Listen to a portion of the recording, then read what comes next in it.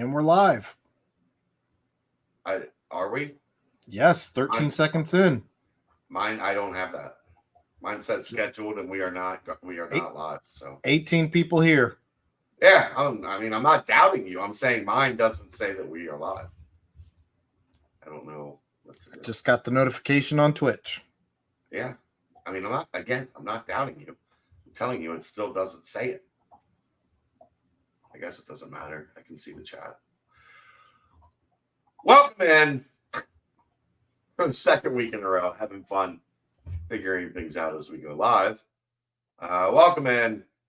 It's the Nightcap, brought to you by Galactic Fried Chicken, www.galacticfriedchicken.com. Go to the website, get the app. The app will get you delivery right to your front door, pretty much anywhere inside the 275 loop, or head down to Dayton, Kentucky, tell them to pump it up, save yourself 15%. Yeah, that's crazy, man. I still don't show that we're live. I don't know. I probably should have. I don't know. Guess we'll figure it out.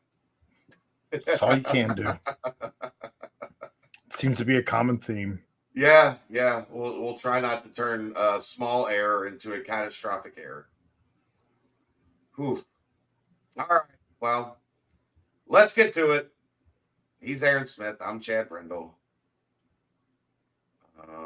Do we read Boomer. the Twitch chat? Sometimes. Depends on what you say.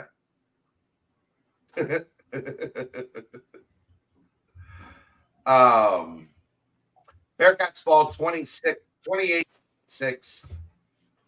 Yeah, I'll call them UCF. Tolerated. Aaron, that just looked like two average to below average football teams. Like they were even.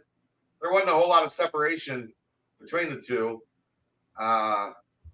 Didn't feel like I was watching a good football game for most of the team. You?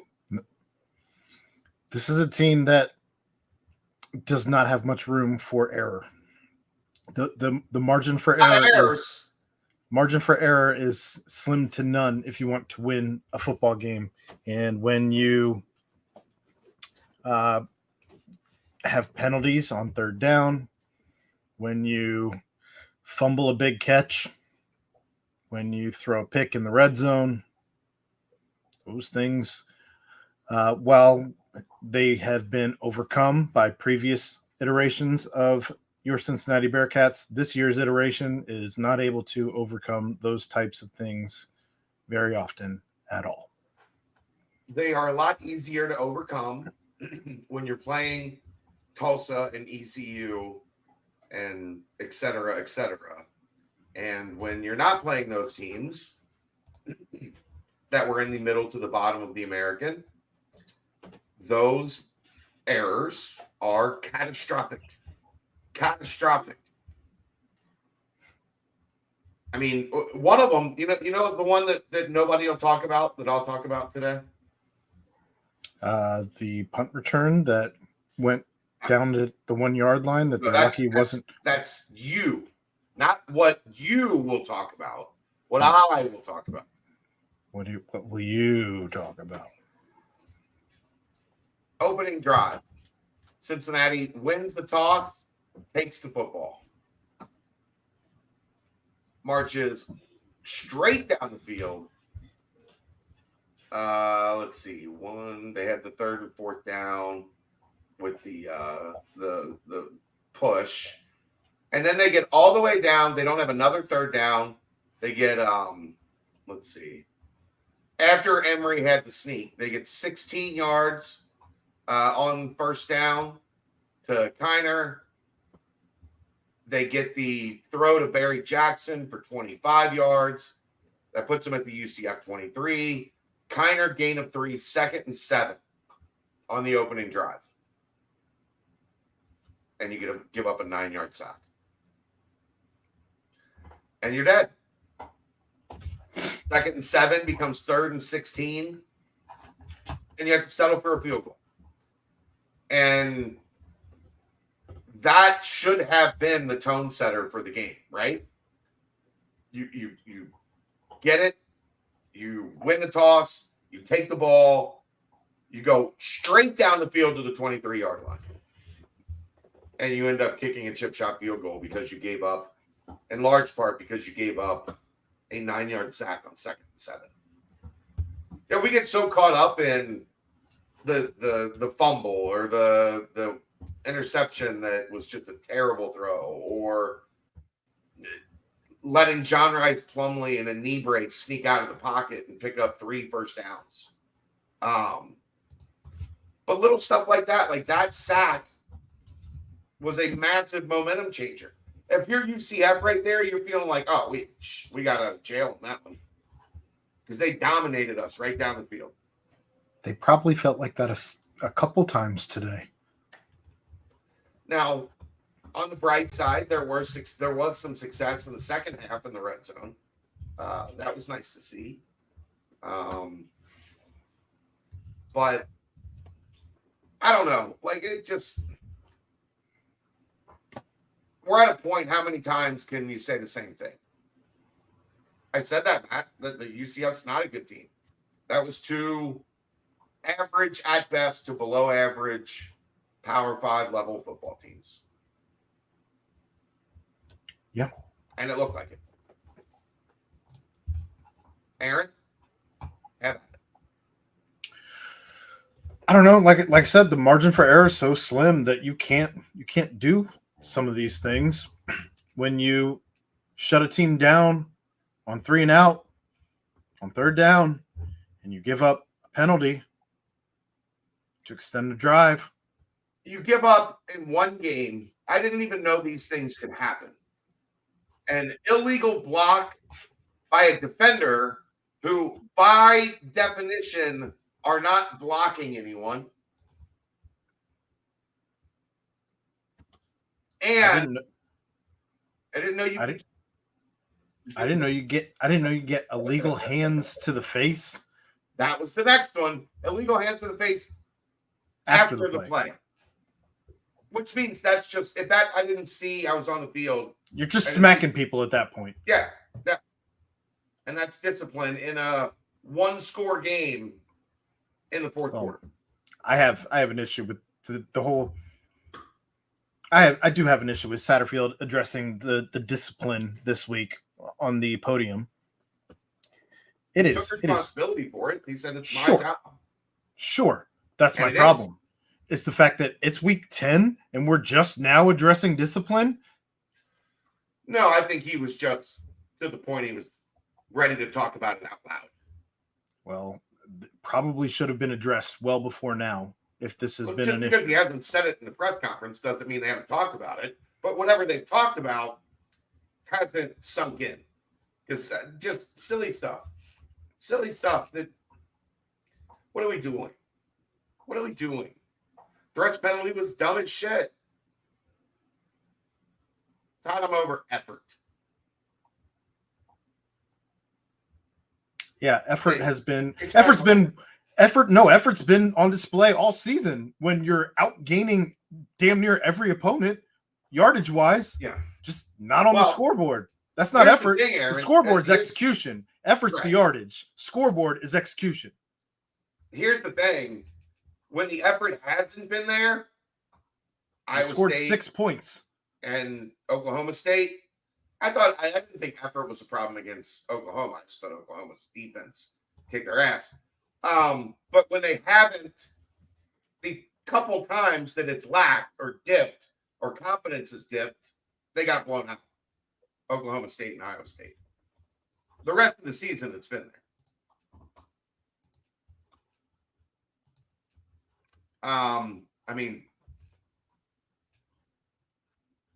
Geoffrey, you're right. It says yes, the coaching staff has blame, but the players don't help the staff one bit. And I mean, dial up a dime of a route to Xavier Henderson. Yeah. And he just fumbles. Guy comes from behind, pops it out. Let's talk about that drive for a second. You bring in Brady Lichtenberg. Well, he was in the drive before and went 3-0. Okay. But you bring in Brady Lichtenberg. Mm-hmm. And he goes 3 for 5 for 50 yards. The vast majority of which came on that catch and run before the fumble. That was 35 yards. So, again, the bulk of his yardage comes on that catch and run. Yeah. And you don't see another iota of Brady Lichtenberg the rest of the game unless you want to count him passing on the sideline with Emory Jones in warm-ups. I don't have a problem with that, honestly, today. It wasn't like, I think it was we'll go to Emory, to Brady, and then we'll see where it goes from there. And I don't think Emory played poorly today. Especially, I thought he had a good second half. I thought in the first half he didn't look like, when he was in, he didn't do much for me.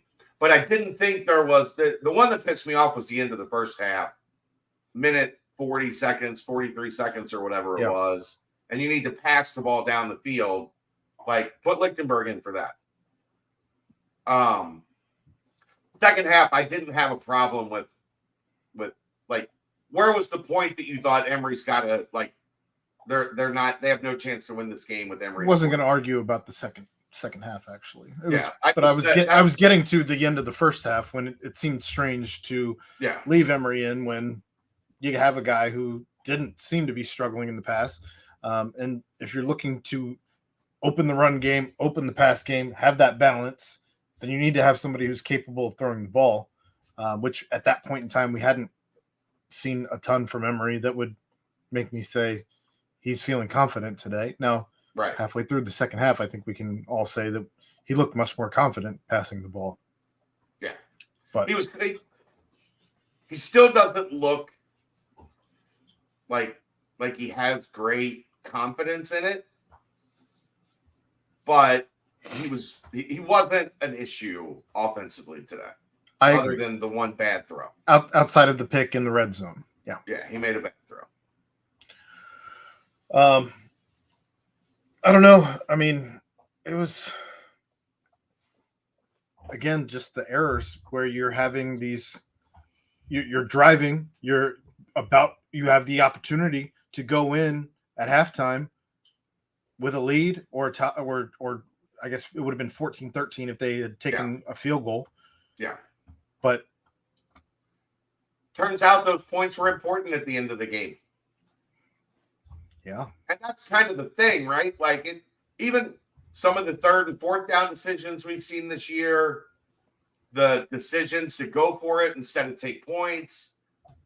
Like, I don't think there's enough valuing points. It's one of those things, like, you're in a league now. Like, you can't, I think you get yourself in trouble.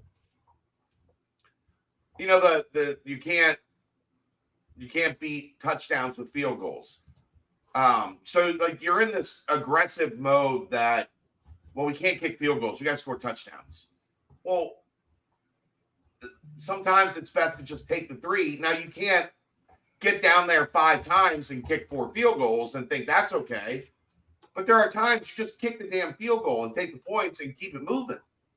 And I don't think we've seen nearly enough of that this year. 3 points is the difference in the final score. That was my point. I'm reiterating it. They also didn't do themselves a service. Third downs, 4 of 12 on the game. Not good. While allowing UCF to go 6 of 12. Not a great stat there. Yeah. I mean, and that's not including the third downs that were extended drives. No, I think that does penalties. That does. If you get a first down, they include it. That includes penalties? So. Okay. Yeah, I think so. But 8 penalties, 75 yards. That's damn near a football field. Close game. That's an entire drive. Can't give up a free drive via penalties. I mean, especially if you take a fair catch, you start the drive at the 25. That's an entire drive, 75 yards. And Satterfield put it on the coaching staff. I will agree. Like it was one thing when we were 5 or 6 weeks in, and it was like, oh, this game it was this, and that game it was that, and this game there was a little of this, but that was better. No, we're through 9 games, and like there's like 3 in this pile, and 4 in this pile, and 2 in this pile, and 5 in this pile. You know what I'm saying? Like all of a sudden, those little things, when you start stacking them, it's not random. It's not in this game it was penalties, and in this game it was third downs, and in this game it was turnovers. No, it's 4 turnovers and 5 this and 4 that and 3 that. You can't win at this level doing that. You can't. And the coaching staff has to get that figured out. It was interesting. He said, we're going to do what we can to get it figured out now, but kind of insinuated most of the figuring out is going to happen here in a couple weeks. I'm curious as we're figuring things out, why bring in Barry Jackson if you're only going to give him 1 touch? Well, Brendel Smith had a great game. Like, he had by far his best game. I looked at you in the fourth quarter and said he's having a great game. Yeah, I and agree. they played the same spot. So I know. Would I have tried to sneak Barry Jackson in there after he had 1 catch for 25 yards and look like he's touched the ball twice? On the field? He has a touchdown and he has a 25-yard catch and run. I thought he had 1 catch in the Oklahoma State, or was it Oklahoma State? Maybe 2. But anyhow, point being, yeah, I would maybe have tried to work him in another time, or like a specialty. We're going to dial up this to get Barry the ball, which is what I thought they did the first time they got him the ball. Agreed. I'm not, it's one of those, look, we're in pick your battles mode here, Aaron. That's not the battle you want to pick. Not today. I'm not picking a battle where the guy at the position had a 100+ yard game. Yeah, the double penalty on an onside kick that Tom brings up in the chat. That's another error, costly error. If you had actually gotten it and you have the illegal formation, and what was the other call? Was it offsides? Well, the illegal formation would have killed it immediately. So even if you got it, even if it was perfect, the illegal formation. So how can you be in an illegal formation on a set piece, to borrow a soccer term, with the game on the line? With the game on the line, you're in an illegal formation. Yep. I do not want to be all doom and gloom. It was great to see Kiner, 19 carries, 114 yards and a touchdown, his long being 25. I think he had 3 over 10. Ryan Montgomery, 8 carries, 113 yards, 29 being his long. He looked fantastic. Like he looked fresh. That's what a guy that's had 5 weeks off looks like. Yep. And he added a catch. Both of them each had 1 grab. Ryan's went for 10 yards, while Corey's went for -2.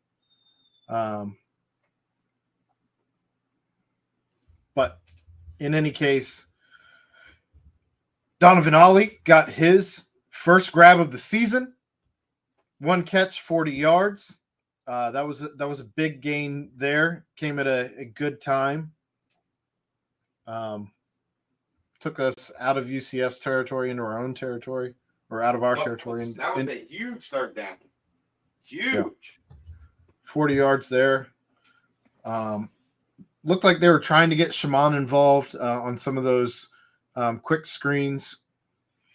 D. Wiggins, 1 catch, 5 yards. I'll leave that there. Xavier Henderson, 4 catches, 53 yards. Again, could have been a bigger day had he held on to the ball. Braden Smith, though, 6 catches, 114 yards, and a touchdown. He had a beautiful touchdown catch in the corner. Yeah, that was a great thrown catch. Reminded me of what we saw at West Virginia. But it seemed every time he touched the ball, it was moving the sticks. And you love to see that. But as he only had 4 yards after catch on all of his grabs total. So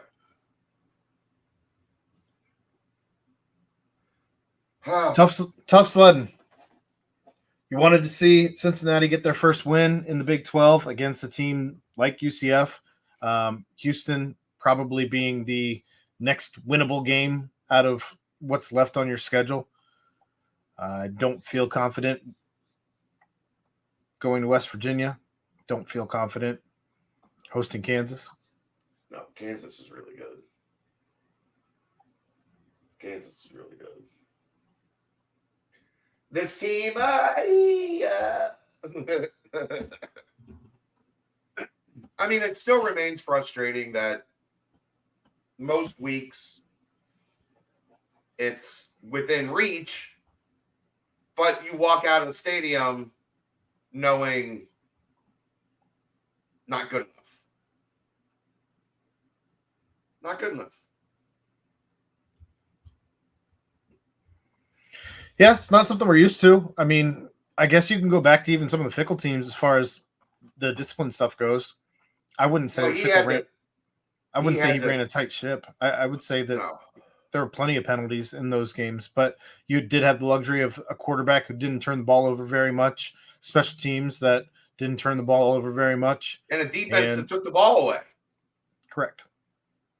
So again, this is one of those situations where you can't be all the things. You talk about putting the little bit here, a little bit there, a little bit there. But when you have nothing that you excel at offensively outside of the run game on a week-to-week basis, defensively stopping the run game on a week-to-week basis.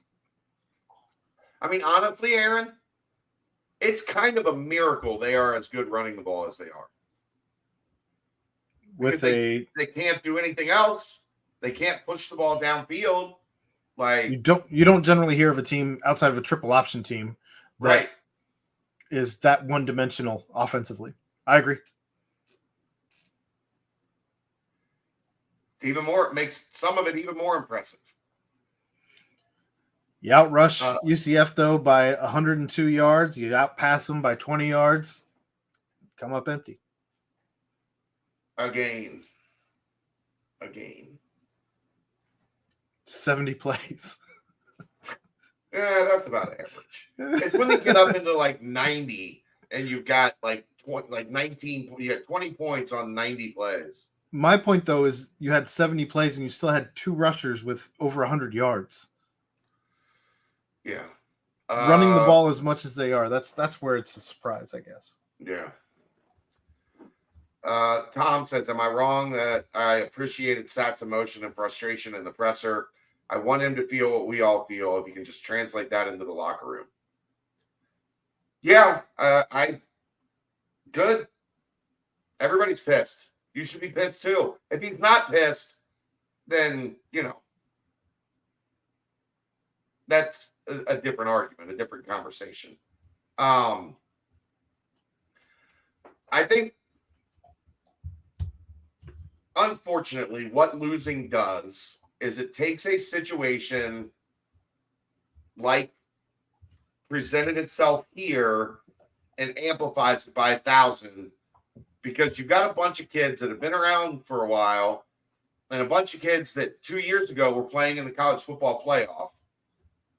And you got a new coach that comes in, 23 transfers, 10 new freshmen, 33 new guys on the roster.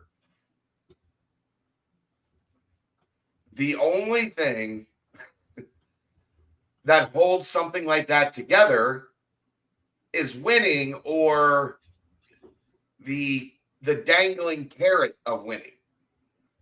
And we've reached the point, like this team, they're no longer bowl eligible, so there will be no bowl game. Right. A lot of guys, like, that's one of the things that, like, you play for, especially when you're not having a championship season. Like, well, let's just get to a bowl game, get a free trip out of it, get some nice swag, and get started on next year. That's out the window. That it is. Guys are frustrated. Guys are mad. The guys that aren't playing want to play. The guys that are playing are pissed off that it's not good enough. And it's hard to keep a locker room together through that. It's interesting. Thinking back, I see a lot of people want to compare this to 2017, Luke's first year. I think the more apt comparison is 2010, which was Butch's first year right after BK left. There was still a pretty solid amount of talent on that team.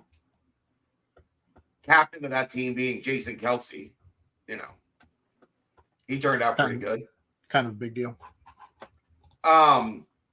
They come out and their only win in the first 4 games is at Indiana State at Nippert, excuse me. They lost to Fresno. They lost at Fresno. They lost at NC State. They lost to Oklahoma at Paul Brown. Then they come back. They beat a pretty good Miami team, and they beat a not good Louisville team. And then down the stretch, they lost 5 of 6. And if I remember right, coming out of that Louisville game, there was, it took a little bit, but these guys are turning it around. And then you lose 5 of 6 down the stretch. The only team that they beat was Rutgers that finished last in the conference that year. Mm-hmm. And I remember back to that year, never feeling like it had any direction, like it had any juice at all. And it's kind of how when the snowball started rolling downhill, there was no stopping it that year or this year. And I remember back a lot of that year, the question was did they lose too much from the locker room and you went into a completely different style of coach from BK to Butch? And I don't know. It just hit me that I think everybody's looking at the wrong 4-8 team.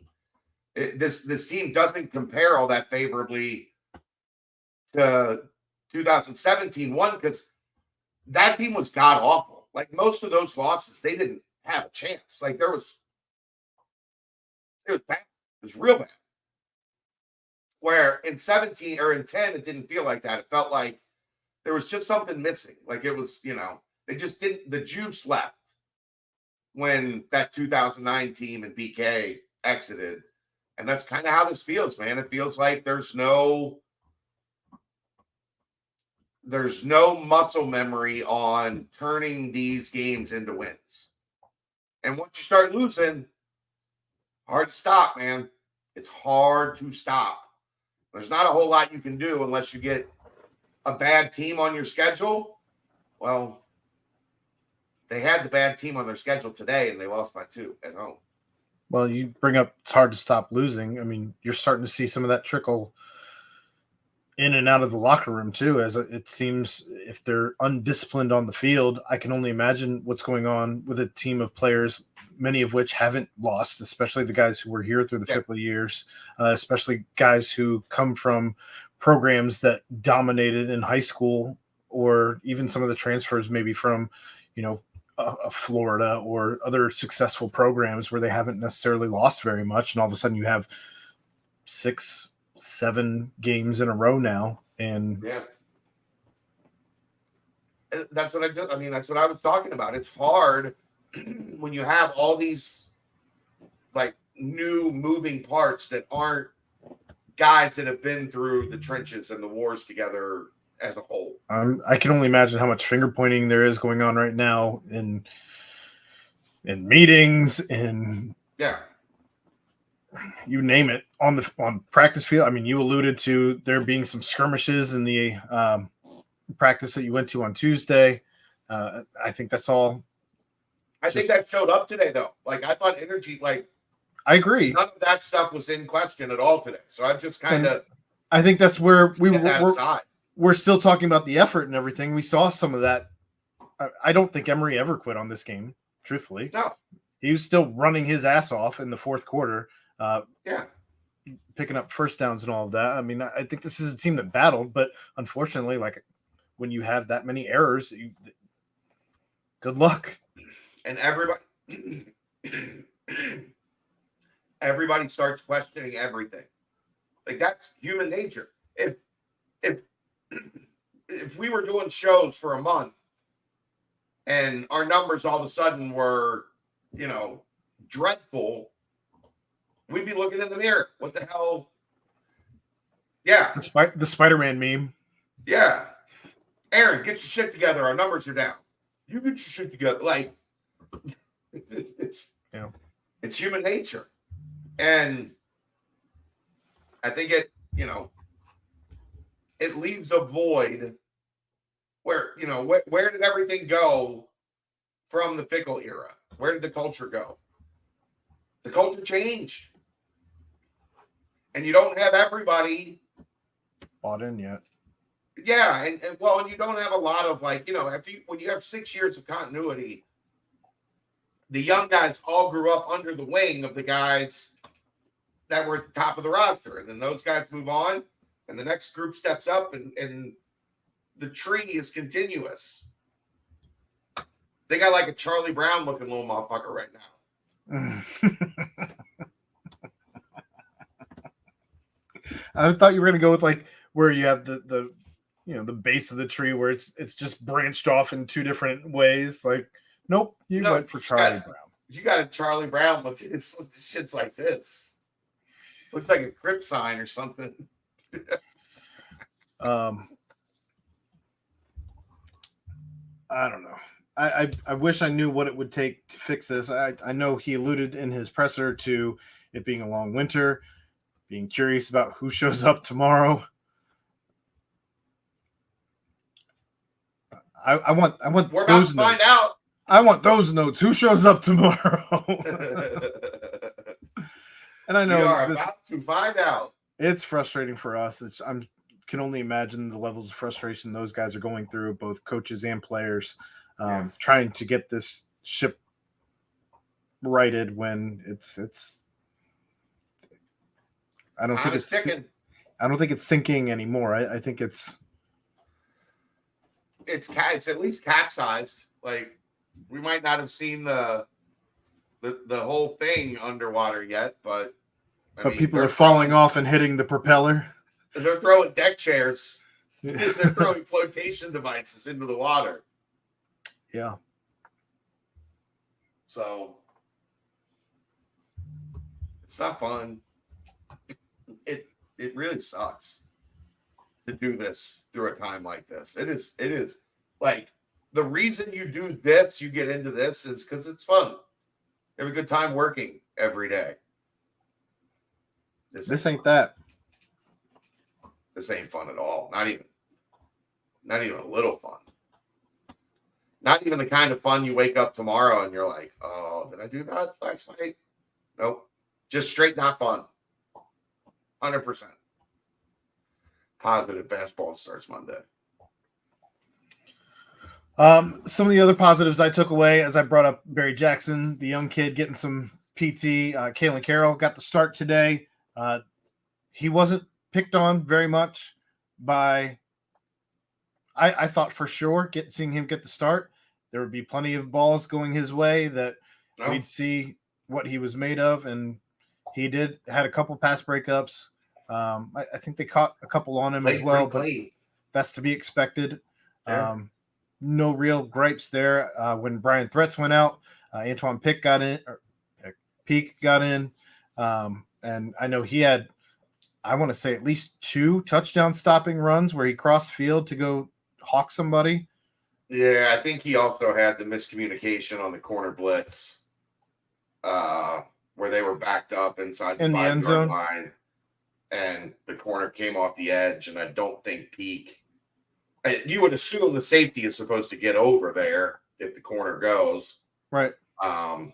But yeah, other than that, like had some bright spots, made some good plays. I thought offensive line played again really well with what they were tasked to do. They got the ground game going all day long, never stopped. I think that most of the sacks of the 5, I think we're putting. I believe Satterfield said off the top of his head, 3 are probably on Emery. Yeah.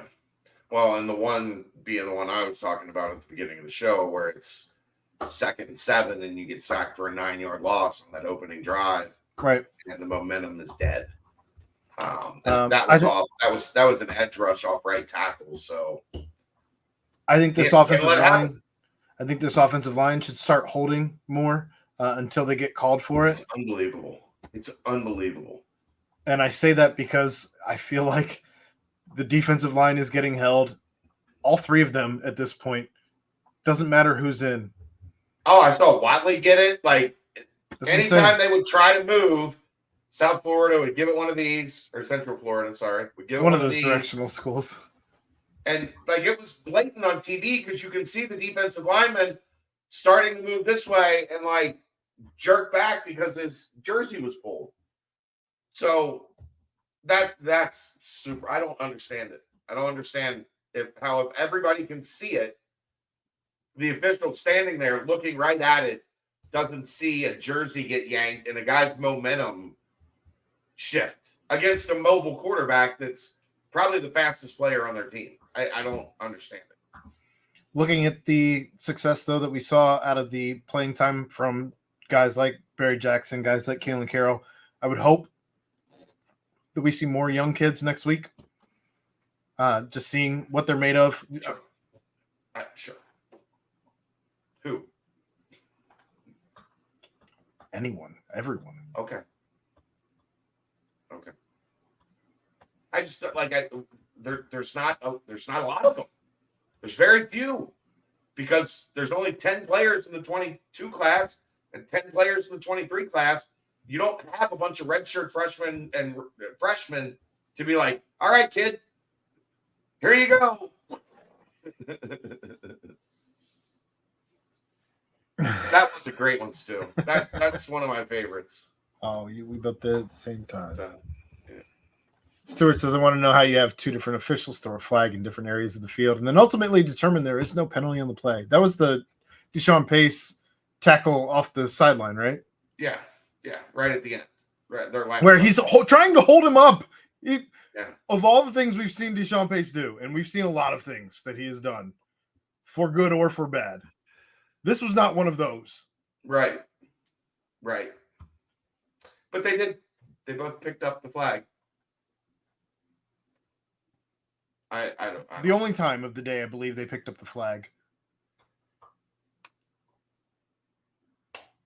I don't like it, I'll complain about officials during the game, post game.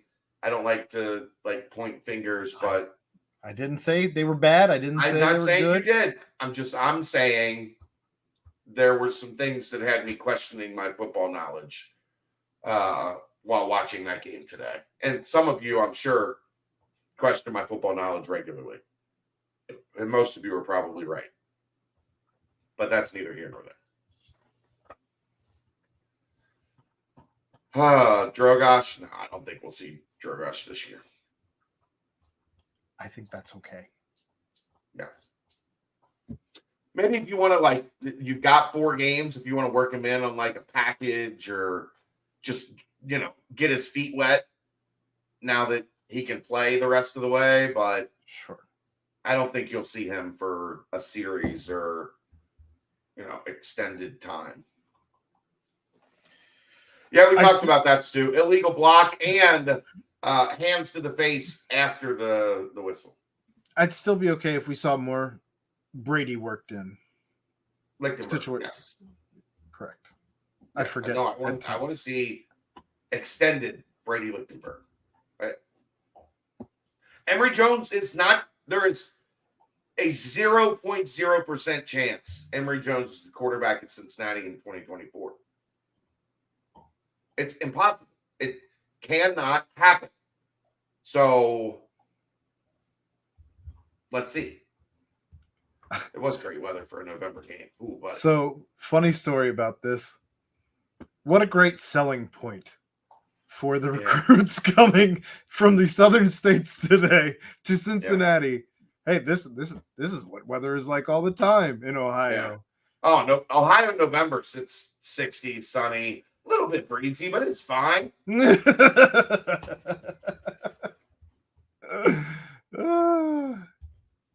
it. Oh, that's always one of my favorites, Russ. When how can you have official looking right at a play and not call PI, but another one from the other side of the field throws the flag? That's one of my biggest pet peeves ever.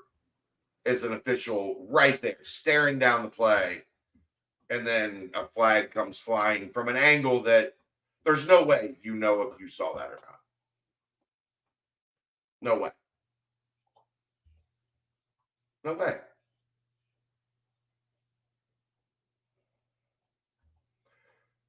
Have I heard Marshall flipping to UC? No. DeAndre Williams submitting his appeal to play football. You saw that he was denied. Yeah. He's 27, for God's sake. He is. I mean, hopefully he got enough NIL money last year to take care of his grandkids for Christmas.